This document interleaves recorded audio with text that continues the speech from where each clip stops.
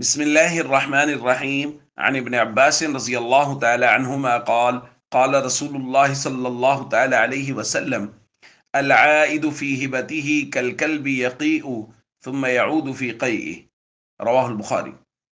نبی کریم صلی اللہ علیہ وسلم نے ارشاد فرمایا، اپنا ہبہ واپس لینے والا شخص اس کتے کی طرح ہے جو قے کر کے پھر اسے چاٹ جاتا ہے۔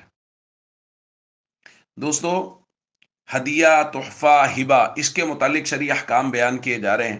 ان میں سے ایک حکم یہ ہے کہ جب کسی کو کوئی چیز تحفتاً ہدیتاً دے دی تو اب اس کو واپس لینا اچھی بات نہیں ہے، درست نہیں ہے، مناسب نہیں ہے۔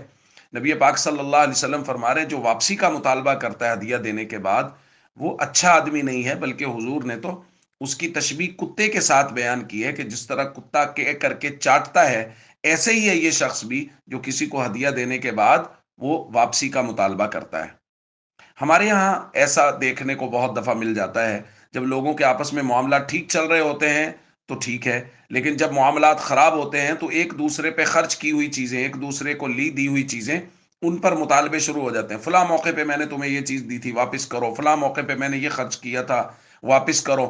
تو یہ ساری چیزوں کے واپسی کے مطالبے شروع ہو جاتے ہیں، جو نبی کریم صلی اللہ علیہ وسلم کے فرمان کے مطابق انتہائی نامناسب ہے۔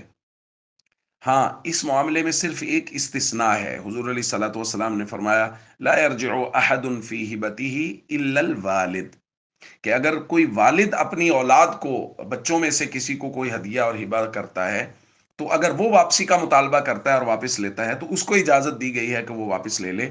اس کے علاوہ کوئی بھی شخص کسی کو کوئی چیز ہدیہ دے دے، تحفہ دے دے، تو اس کو واپسی کا مطالبہ قطعاً نہیں کرنا چاہیے۔ السلام علیکم ورحمۃ اللہ وبرکاتہ۔